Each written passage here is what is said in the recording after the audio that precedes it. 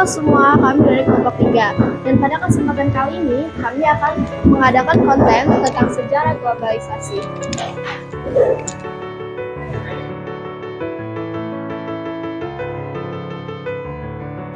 Sebelum kita membahas mengenai sejarah globalisasi, mari kita bahas terlebih dahulu latar belakang terjadinya globalisasi. Menurut Profesor Emanuel Richer, globalisasi adalah sebuah jaringan kerja global yang secara bersamaan mempersatukan masyarakat yang tadinya terisolasi ke dalam persatuan dunia dan saling ketergantungan.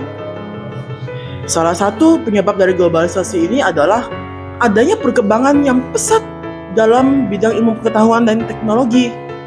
Era globalisasi ini sudah menunjukkan bahwa setiap hari hubungan dan ketergantungan setiap bangsa di dunia semakin meningkat. Sebelum adanya globalisasi, masyarakat di dunia masih memiliki banyak sekali keterbatasan dalam kehidupan sehari-hari. Misalnya, perkembangan ilmu pengetahuan dan teknologi pada daerah tertentu masih sangat terbatas. Selain itu, budaya daerah juga masih dikenal oleh penduduk lokal saja dari daerah masing-masing karena minimnya komunikasi. Ekonomi pada saat itu juga masih cenderung bersifat lokal, yang artinya barang atau jasa dari suatu daerah hanya dikenal oleh penduduk lokal dari daerah tersebut saja. Sedangkan penduduk dari daerah lain tidak mengetahui bahwa ada barang atau jasa dari daerah tersebut.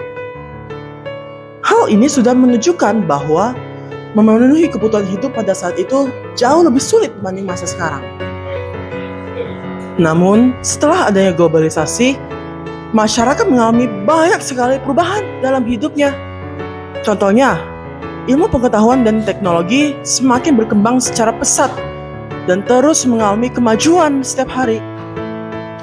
Selain itu, budaya daerah juga semakin dikenal, baik secara nasional atau internasional. Bahkan, ekonomi sudah tidak hanya bersifat lokal, tetapi juga berkembang sehingga dapat diakses oleh seluruh warga di dunia.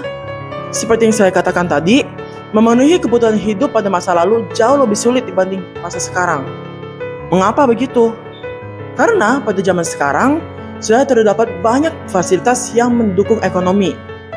Misalnya, terdapat banyak aplikasi belanja online seperti Tokopedia, Shopee, Amazon, dan masih banyak lagi.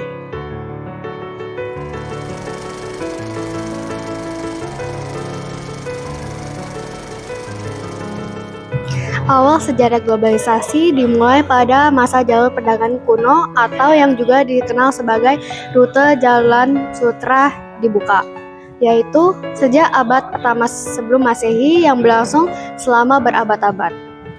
Jalur ini dikenal sebagai rute perdagangan paling terkenal karena menghubungkan Tiongkok dengan Kekaisar Romawi melalui Asia Tengah. Globalisasi juga merupakan kelanjutan dari proses pertukaran ini karena memungkinkan interaksi antar budaya yang lebih cepat dan yang lebih mendalam. Pertukaran budaya ini menjadi salah satu aspek penting dari globalisasi yang mempengaruhi berbagai elemen masyarakat di seluruh dunia karena melibatkan interaksi antar budaya yang berbeda dengan melalui berbagai saluran seperti perdagangan, migrasi, media massa, dan teknologi informasi. Awal sejarah globalisasi dalam konteks Pancasila dapat dikaitkan dengan sila kedua dari Pancasila, yaitu kemanusiaan yang adil dan beradab. Sila ini mencerminkan nilai-nilai kemanusiaan yang bersifat transnasional dan menjadi landasan bagi interaksi antar bangsa di era globalisasi. Kesimpulan dari sejarahnya adalah globalisasi menunjukkan bahwa interaksi antar negara telah berlangsung sejak lama. Namun, penting bagi Indonesia untuk menyeimbangkan antara keterbukaan terhadap dunia luar dengan pelestarian nilai-nilai dan kedaulatan nasional.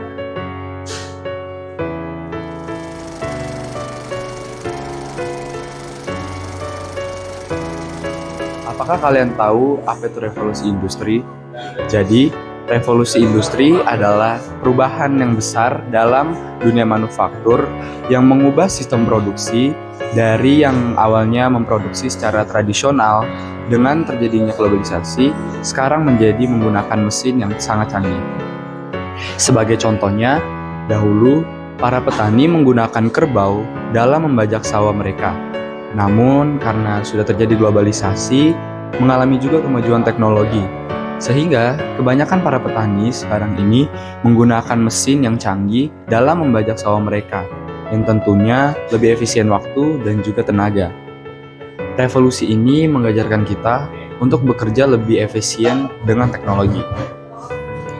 Revolusi industri juga berkaitan dengan nilai Pancasila yang keempat, yang menekankan bahwa pentingnya musyawarah antara pemerintah, industri, dan juga masyarakat untuk beradaptasi dengan kemajuan teknologi. Namun, hal ini juga bisa berdampak negatif, seperti hilangnya nilai moral dan nasionalisme di kalangan milenial. Oleh karena itu, dibutuhkan keterampilan dalam berpikir yang kritis dan juga kreativitas.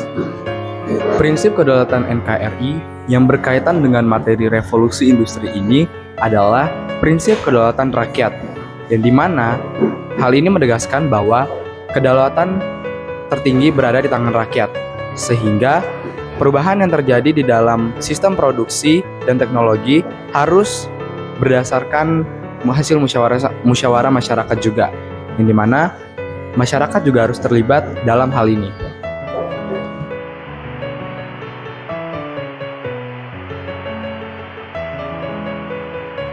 Salah satu alasan lain yang dapat mempengaruhi percepatan globalisasi adalah pada zaman pandemi COVID-19 yang terjadi pada tahun 2020.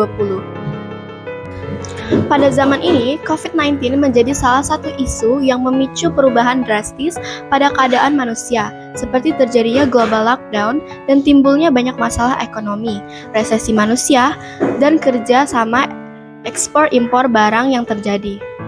Selain pandemi COVID-19, ada beberapa hal juga yang harus dihindari untuk menghindar terjadinya globalisasi lagi.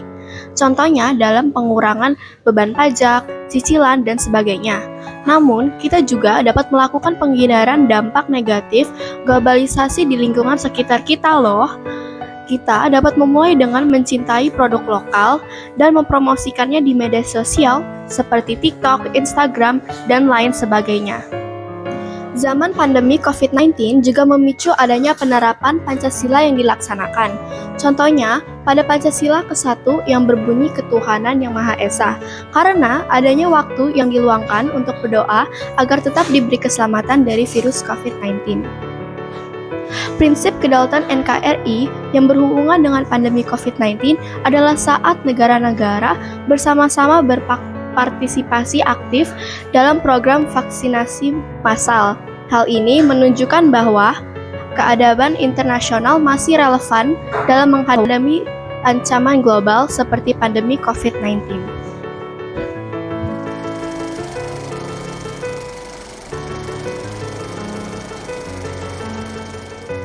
Yang terakhir, yaitu peristiwa modern yang mempengaruhi globalisasi. Globalisasi dipicu oleh kemajuan teknologi informasi yang membuat komunikasi menjadi lebih mudah dan juga kita dapat mengakses informasi tanpa batas. Banyak perubahan yang terjadi, dimulai dari teknologi yang semakin maju, komunikasi, dan juga kemudahan dalam bertransaksi. Sekarang ini, kita dapat membeli suatu barang menggunakan transaksi digital, seperti menggunakan QRIS, transfer, dan juga debit. Dan rekening digital ini juga dapat membantu kita dalam menyimpan dan mengirim uang dalam jumlah yang besar. Namun, meski terdengar instan, rekening dengan adanya transaksi digital ini, banyak masyarakat yang masih tertipu oleh oknum-oknum tanpa identitas. Dan juga tidak sedikit dari mereka, oknum-oknum yang tanpa identitas ini berhasil untuk mencuri uang dari rekening masyarakat. Perdagangan antar negara sekarang juga menjadi lebih mudah dengan adanya e-commerce. Nah, e-commerce adalah lapak online untuk berdagang dan dapat tersebar luas informasinya hingga antar negara. Integrasi ekonomi global menghapus hambatan perdagangan, hingga membuat negara saling bergantung. Kemajuan transportasi juga, seperti pesawat jet dan kapal kontainer, memperlancar arus perdagangan dan mobilitas manusia, sehingga membuat dunia semakin terhubung. Namun, penting bagi kita untuk menjunjung nilai Pancasila, terutama nilai Pancasila yang kelima tentang keadilan sosial. Prinsip kedaulatan rakyat juga kita harus pegang, agar masyarakat terlibat dalam pengambilan keputusan yang penting. Dengan begitu, kita sebagai masyarakat bisa menghadapi tantangan globalisasi tanpa menghilangkan martabat Indonesia dan identitas bangsa.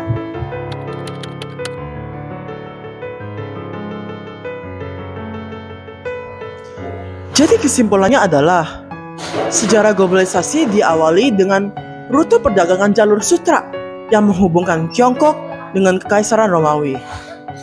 Selain berfungsi sebagai jalur perdagangan, di sini terjadi juga pertukaran budaya antara Tiongkok dan Kekaisaran Romawi ini, sehingga terbentuklah proses globalisasi pada masa itu. Selain itu, revolusi industri juga mengembangkan sistem produksi yang tadinya tradisional menjadi sistem produksi modern yang menggunakan mesin. Pandemi COVID-19 juga mempercepat proses globalisasi ini dengan memaksa sebuah adaptasi baru dalam kehidupan manusia.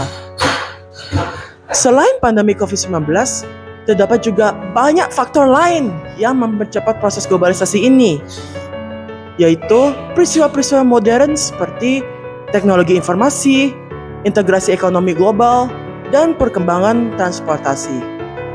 Kesimpulan dari sejarahnya adalah globalisasi menunjukkan bahwa interaksi antar negara telah berlangsung sejak lama.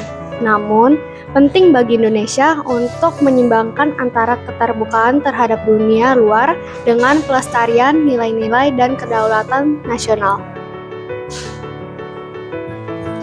Itu saja dari video kami.